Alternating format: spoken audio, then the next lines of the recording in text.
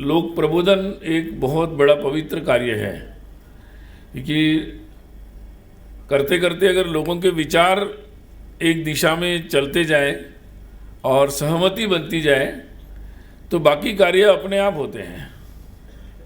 क्योंकि महत्वपूर्ण होता है कि आपस में विचार विमर्श होकर सहमति बन जाए। ये बात परिवार में भी लागू होती है, समाज में भी लागू होती है, राष्ट्र के नाते भी लागू होती है। हर स्तर पर ये बात हर विषय में लागू होती है। और सहमति बनने में महत्वपूर्ण बात होती है कि कुछ जानकारियाँ कम से कम समान हो।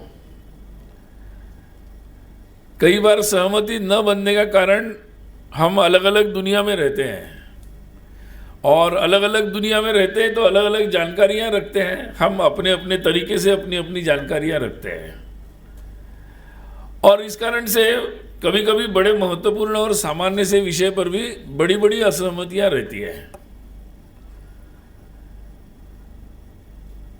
और फिर बड़े बड़े विषय हो तो फिर और ज़्यादा संभावना होती है।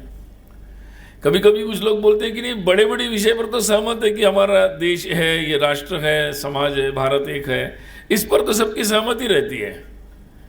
लेकिन जो डिटेल्स हैं, मतलब विवरण में जब बात जाती है कि करना क्या है, कैसे चलना है, क्या करना है, तो उसमें बहुत अलग अलग विचार रहते हैं, क्योंकि कल्पनाएं बहुत अलग अलग हो जाती है। और उसमें मुख्य कारण अपनी जानकारियों के अभाव भी एक महत्व का कारण रहता है।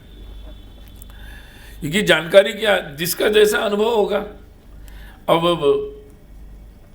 कई लोग, मैं बहुत वर्ष मुंबई था तो बहुत लोग कभी दिल्ली के, कभी उत्तर भारत के, कभी लोग आ जाए और फिर जब पहली बार समुद्र देखें तो समुद्र के बारे में सुना तो था और आजकल की भाषा में फिल्म वगैरह देखा होगा, परंतु जब समुद्र देखा तो उनकी अनुभूति एक अलग ही थी। और उनकी जो कल्पना में समुद्र था तो उन्होंने वर्णन किया कि हम जैसे सोच रहे थे उससे तो कई विशाल है ये।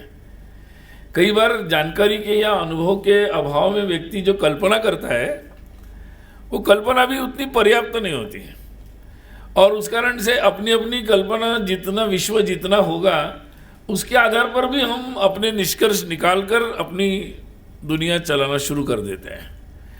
और इसीलिए मुझे लगता है कि ऐसे जो मंथन के कार्य होते हैं जिसमें हम एक स्तर पर अपनी सहमति बनाने की दृष्टि से अपनी जानकारियों को आदान प्रदान कर लेते हैं, और फिर सहज रूप से, स्वाभाविक रूप से बहुत सारे विषयों पर बिना कहे ही हमारी सहमति बन जाती है, और फिर एक दिशा में चलने के लिए हम तैयार हो जाते हैं।